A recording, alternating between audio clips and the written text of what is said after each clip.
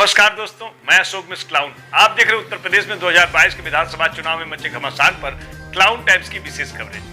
आज हम बात करेंगे प्रधानमंत्री मोदी के संसदीय क्षेत्र बनारस में भाजपा के गढ़ शहर दक्षिणी विधानसभा के बारे में, जहां से 2017 के विधानसभा चुनाव में 7 बार के विधायक रहे।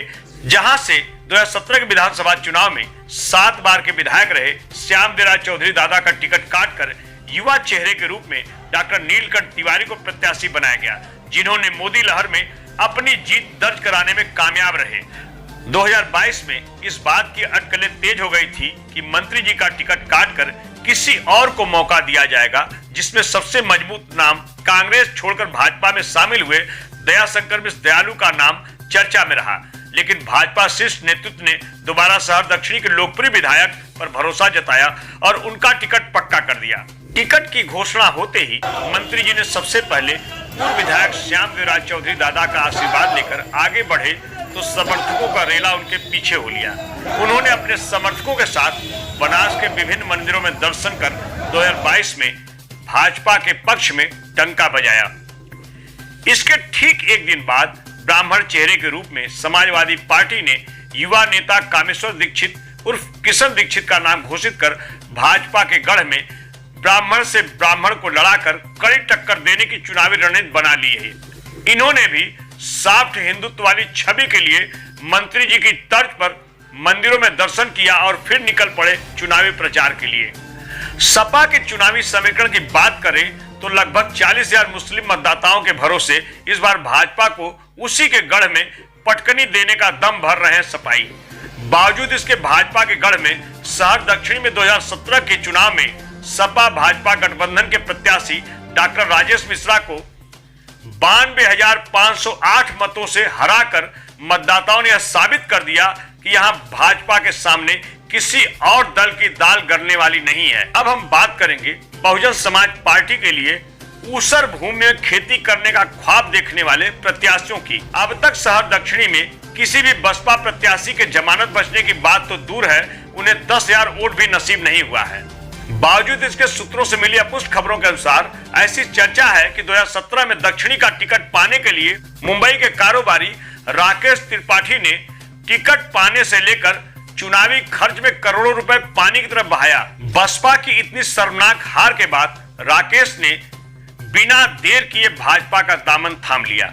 इसी शहर दक्षिणी विधानसभा से 2022 में बहुजन समाज पार्टी का टिकट पाने की दावेदारी करने वाले नामों में सर्राफा कारोबारी विष्णु दयाल सेठ और पाइप कारोबारी दिनेश कसोधन का नाम चर्चा में है। खासकर दिनेश कसोधन का नाम आते ही उनके द्वारा सताए गए कई व्यापारियों में भय का माहौल व्याप्त हो गया है। इन्हीं व्यापारियों में हमारे साथ है बनारस के सर्राफा कारोबारी सुनील कुमार सेठ। आइए जानते हैं आपको बसपा नेता दिनेश कसोधन ने कैसे सताया है। मैं काशीपुरा में एक फ्लैट लेना चाह रहा था, जो कि दिनेश कसोधन और राकेश शर्मा के बीच 60 और 40 का एग्रीमेंट है, बिल्डर एग्रीमेंट। मैं वहां पे फ्लैट नंबर 305 लेने गया और ले भी लिया। बिल्डर को मैंने 8 लाख रुपया बाई चेक दिया था और दिनेश कसोधन, आशीष गुप्ता, जितेंद्र कसोधन को मैंने 1-1 लाख रुपया अपने बैंक अकाउंट से निकाल करके उन लोगों को कैश में दिया था।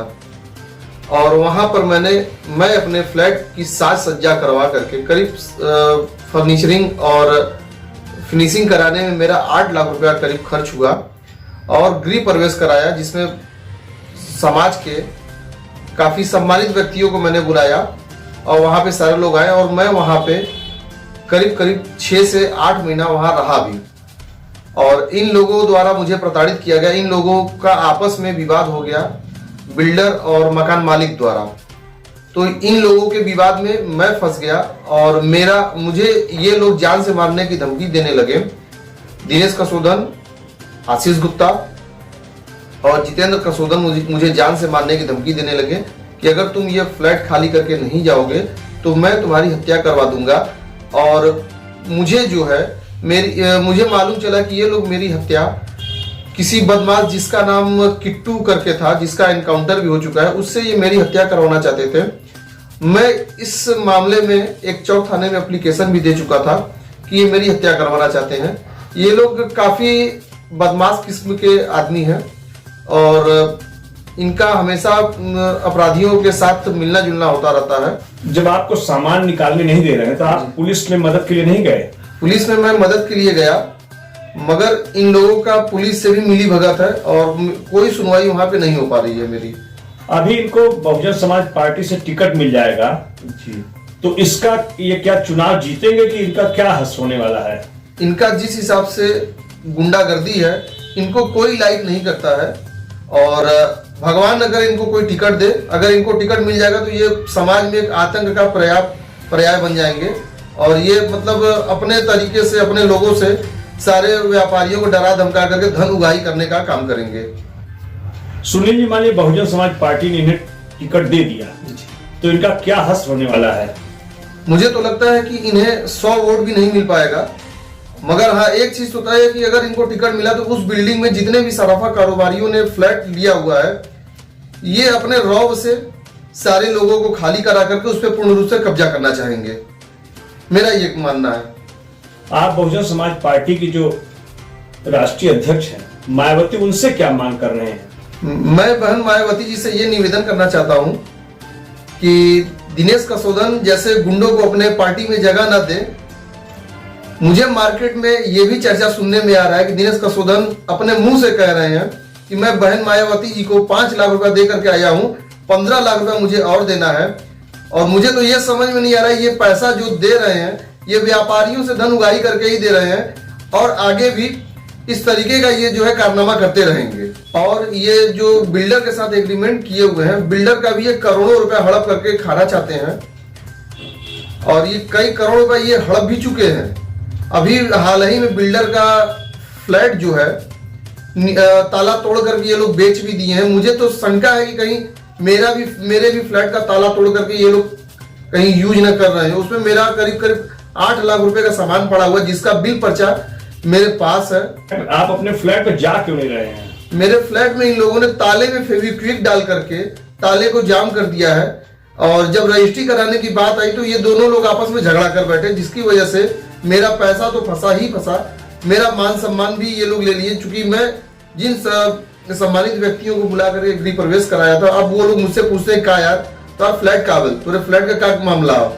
आप शहर दक्षिणी की जो आम मतदाता है जी, उनसे क्या अपील करेंगे अगर मान ली दिनेश कसोदन को टिकट मिल गया तो? मैं उनसे यही अपील करूंगा कि दिनेश कसोदन जैसे गुंडे को वोट ना दे, नहीं तो ये अभी तो मुझे परेशान कर रहा है, बाद में आप लोगों को भी परेशान करेगा। क्लाउन टाइम्स की खबरों को आगे भी देखने के लिए हमारे YouTube चैनल को लाइक करें, सब्सक्राइब करें, बेल आइकन को प्रेस जरूर करें। क्लाउन टाइम्स की खबरों को फेसबुक पेज पर देखने के लिए पेज को लाइक जरूर करें।